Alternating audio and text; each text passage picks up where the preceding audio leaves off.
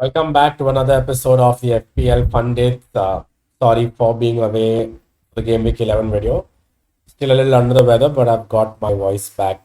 So should be able to record a quick video here, about 15 minutes. Was a decent Game Week 11.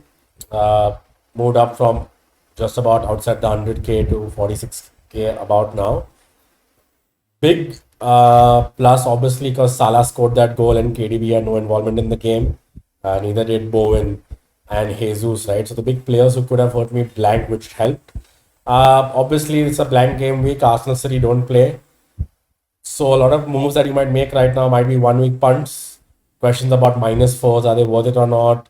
Questions about which free transfer to use. Use both, push one to next week, do a temporary fix. Try my best to answer all of this, give you a transfer strategy so to say, and also look at the captaincy picks for this week. I see a lot of gains possible this week in captaincy if you choose to move out of Salah and elsewhere, away from the typical Haaland pick, right? Before we go ahead, just want to make sure you follow us on Instagram and on our Twitter page. If you haven't already, please join the Fundits Mini League.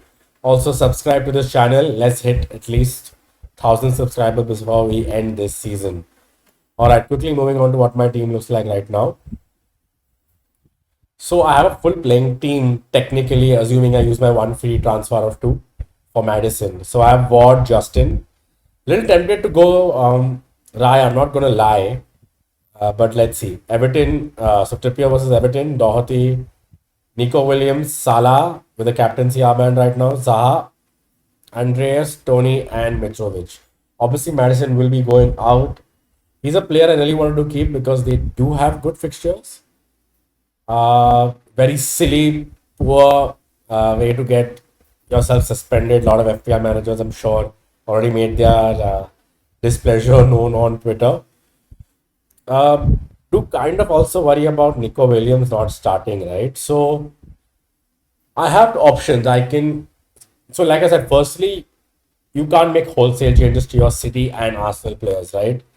Outside of this game week, Arsenal have Southampton in 13, Nottingham in 14, Chelsea in 15, and Wolves in 16. So good 4 games before the international break, before the World Cup break. Similarly, Man City have Brighton, Leicester, Fulham, and Brentford. Now, the question here is, let's say you have 5 of these players. Do you move out to a 2 free transfers? Which 2 do you move out, right? So quickly before I move into the 3 best replacements, are talking about just Maddison. So on a transfer strategy as a whole, you probably need to look at maybe looking at keeping Saliba out, even though Southampton, Nottingham, and Wolves are good fixtures. I feel moving maybe down, if you already haven't taken out James, that is. So moving down there to a 4.3 Gay or someone would be of benefit to add to your midfield later. I do feel going KDB to Salah does make sense if you have money in the bank. You could eventually also look at getting Foden in at that price point. Foden looks explosive, way cheaper than KDB. So this could be a path for you to get Foden in for maybe a Zaha in your team. So that's how you need to look at kind of getting out your Arsenal and City players, but also finding a way back in, right? So maybe you can come down to 2 players for Arsenal players if you have 3. A Saka maybe in midfield. Maybe it's okay to let go of a defender. Keep Jesus there if you want. If you have Martinelli, Jesus there, or get in Saka there. And obviously holding on to Haaland is advisable. You could take out KDB, potentially Cancelo as well. He has looked good, but you could look at downgrading him or moving him to Trent this week if Trent is especially fit, right? Because Liverpool themselves, fixtures aren't really the worst. West Ham, Nottingham, Leeds, Tottenham, the last one you worry about in 15. And Southampton again is a good fixture. So you could have a shout out to get Trent back, but maybe you can skip this week, although it's a good chance to maybe take out Cancelo and deal with that issue and get in a playing player. I feel maybe hold off on Trent there. So apart from looking at these players in 13, let's say you hold on to Haaland, you hold on to Cancelo as of now, you hold on to Jesus, Martinelli. Potentially you have 4 of these players, you have 2 free transfers. I do think you can consider taking out one, obviously, as a free transfer. You could then look at maybe, like I said, looking at Nico Williams if you have him in your team. move him out, get a sure shot starter there. Maybe play with 10 players only because it is tough to get all these players back in. So you could look at playing with 10 players. A lot of managers will be struggling with that. A few want to take a -4 and go in for a full playing 11, which is not a bad shout out. A lot of managers will be considering that. But it comes with its risk, right? There are managers who are okay playing with 10 players, don't want to let go of all their City and Arsenal assets. So you need to see which ones are okay to move on and which ones you don't want to part with, and make your peace playing with just probably even 9 players. Do a little poor this game week, but then better off next week because you might have the transfer in hand. Plus, you could easily look at getting these players with favorable fixtures, starting with Southampton, Arsenal, and Brighton for City. So I think Jesus maybe can be moved out. You could look at Solanke and all there. My picks would definitely be, if I had to say it clearly, you could maybe risk moving on Jesus, look at getting Saka and Martinelli over there. Those two players are good. Keep Haaland. Move out KDB, potentially get Foden in later. And if you had to choose between defenders, I could say if Trent looks in good form to finish off the season, you could get him in for Cancelo and even do without a Saliba as well. But hey, Saliba at that price point, if you had him from early, maybe worth keeping him in your team. Then I leave it up to you. Let's move on to now just immediate transfer concerns, players you can look at for the likes of Maddison, for example, right? Now, if you have Maddison in your team, like I do, pain point obviously because had a ready-made team. If I just had to go back to you and show it, Maddison against Leeds, great fixture. I could again have used maybe one free transfer, gotten a better play for Nico Williams, and had a stronger starting 11, right?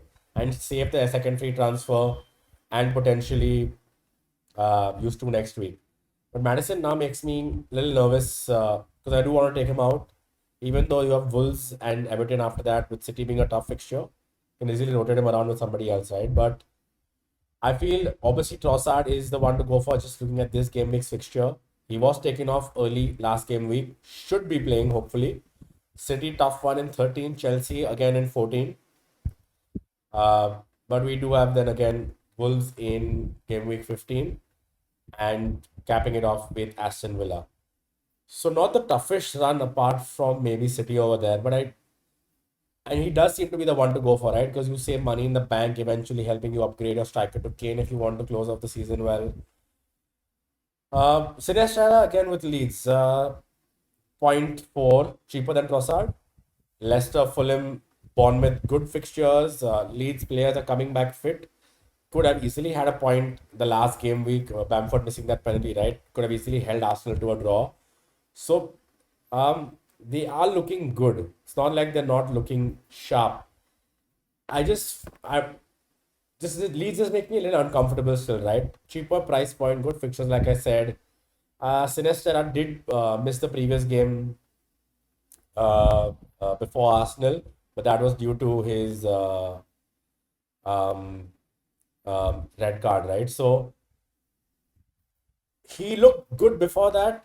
What I'm trying to come to is I've not seen much of it, which is why I'll be like, yeah, no, he just seems like an unlucky player. Now that he's back, maybe it was an injury. I'll definitely move for him. He does help with the money in the bank, so he is an option. Fixtures are good, but I'm not 100% convinced yet. See, Trossard still seems favorite just looking at the Nottingham fixture. Um, Outside of these, the reason I've left Maddison's fixture in here as well is Harvey Barnes is also a decent shout. Obviously, I do expect him to play more this game. Let me just at 6.9 again, same price point as Trossard, right? So not much in price over there. He has looked good, could have had more involvements, but Leicester just haven't looked 100% yet. With Maddison gone, I do see him definitely seeing out the game as usual. Do they start two up front with Vardy and Daka? How do they line up against Leeds? Who good to score against, but I don't think it'll be as easy as we think too. So again, it's the same nervousness that I have with Sinisterra, which I have with Harvey Barnes, right? Which Leicester turns up. Would be again a great differential because he's under 2% owned, and likewise with Sinisterra. So again, these are good differential picks because he's under 1% over there. Capping off with just not even replacing the Maddison, but these are the differential picks as well, right? Help you with a good rank boost. Obviously, you have the worry with Trossard City next week. So how do you rotate them around, right? He could kind of go off on the bench for you You have enough. If you have Mitrovic up ahead, you have Tony up ahead. So Tony plays Villa, for example. In my case, I have uh, Mitrovic playing Leeds next week. So Maddison as replacement, whoever it could be rotated if the concern that is there for you. Andreas in your team, Martinelli comes in again. So you probably have a good playing team there already, right? In my case, I'm just a little worried about uh, Doherty. Now I wanted to go in for Kilman, and Kilman kept a clean sheet as well. I'm just not sure about Wolves yet. They seem a little nervy with things not being fully settled there, which is what pushed me to Doherty because I knew he's going to start those two games. But looking at game week 13, he could be rested again. That's why personally I have a problem. But I think if you look at good differential picks, Harvey Barnes, Sinestera are the ones out there.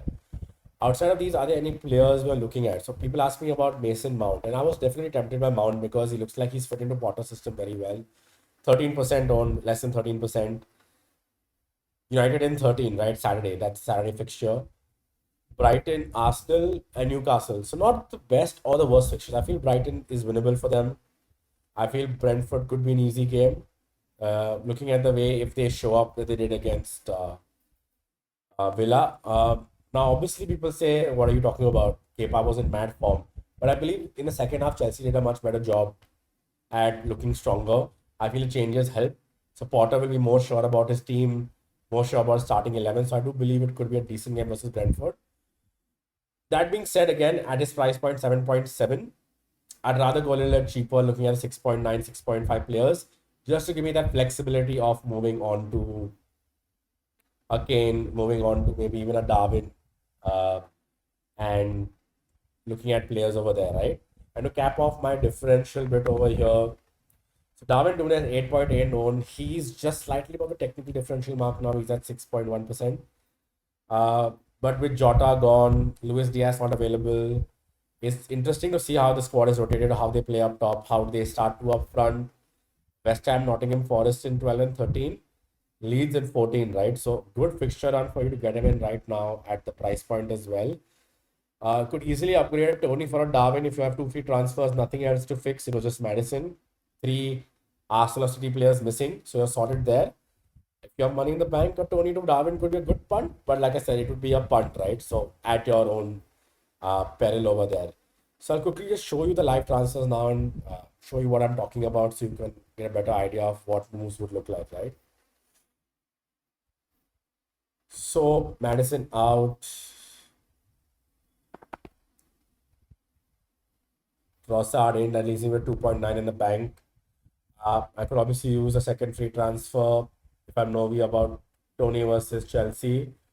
I could look at Darwin as a punt, 8.8. It would really be a punt, so I'm not really sure I'm going to go for that one. So 10.2 in hand. I could set myself up for Harry Kane in the future, right? So Newcastle, Bournemouth, Liverpool, and Leeds. Good fixtures apart from Liverpool. Um, so the second free transfer I can make, right? Now, the interesting one here. Do I downgrade Cancelo? That's a big one to look at. Do I downgrade Cancelo down to a Kukurea, maybe looking at Chelsea's fixtures, but Chelsea's defenders are being rotated, so not very comfortable there. Do I completely give up on premium players? Um, do I look at Robertson at 6.7? Will that help me get in Kane? So that's the one about me. So definitely one free transfer could be a Trossard or a Sinistera, Harvey Barnes for that matter. But second free transfer has to be a little more thought out, I feel, and that's where I feel this is still not a final team of sort, but more of my thoughts out loud, right? How do I structure this team better right now to make sure I get the most out of this transfer, a second free transfer, either this week or next week? Set up getting in a Kane. So who are the players you miss, right? That's how you look at also. And is the others players worth not having? So when I look back into next game week, I'll be without Foden, KDB, Harry Kane, Bowen. So these players do worry me. Jesus ownership hopefully a little lower. Saka's ownership will be going up. I have no doubt about that. So these are players I have to look at. Looking at the fixtures, they will hurt me if I don't prepare for them, right? So the second free transfer is something that I'm keeping open right now. Want to keep money in the hand. Maybe I'll make the move before the deadline. Maybe not. I'll keep you guys posted to see what it looks like, right? Um, and quickly before we close now, let's look at captaincy picks. So I feel Salah is the number one captaincy pick in terms of he looked good against City. Now I'll tell you why it might not work out the way we all think with Salah captain. Liverpool ran ragged. They were really exhausted by the end of this match, right? Um, they're playing tomorrow night, Wednesday night, that is. So again, not the most amount of rest for them as well. Jota's gone off injured with his hamstring. Salah pretty much played the whole game. Darwin got rest, Firmino got rest, right? But everyone else pretty much has given it a full shift. Fabinho came off only because of a yellow card, but little bit worried about that. But I mean, if I look at the fixture and look at the resurgence and how good Salah looked in the last two games, he looks like a no-brainer there. Differential captain outside of that, I don't even know if it's a differential captain because Kane has scored, but captaining against United would be a brave pick. I would say would be a brave pick. Him or Son against United would be a brave pick. Yes, he has scored against United in the past few games. Always has looked good. Again, depends on which Manchester United turns up, right? So I believe if you have Salah and Kane or a Son in your team, think Salah is the way to go. Differential captain wise, completely yes. I think Trossard against Nottingham per fixture, which is why you're getting him into the team, would also make sense. Which is why I say looking at just the variancy in captaincy right there, big rank moves can be made this week, but make sure you don't go too differential where you could end up picking players whose minutes could be managed because, like I said, it's also congested game week. We do not want to make that mistake where you end up with a player who's probably going to play just a half or come on for 30 minutes, right? So please keep that in mind. Anyway, thank you so much for tuning into this episode. Like I said, I wanted to keep it just at about 15 minutes. If you have any more questions, hit us up on Instagram and on Twitter or on my personal Twitter as well. Happy to help you guys out as much as I can. The deadline is coming close. I'm going to release this potentially 5 hours before the deadline. Any potential news, leaks, anything that shows up, I'll try my best to share it again. Best of luck for this game week. I hope you guys have a great one. Best of luck, and we'll catch up in the game week 13 episode. See you.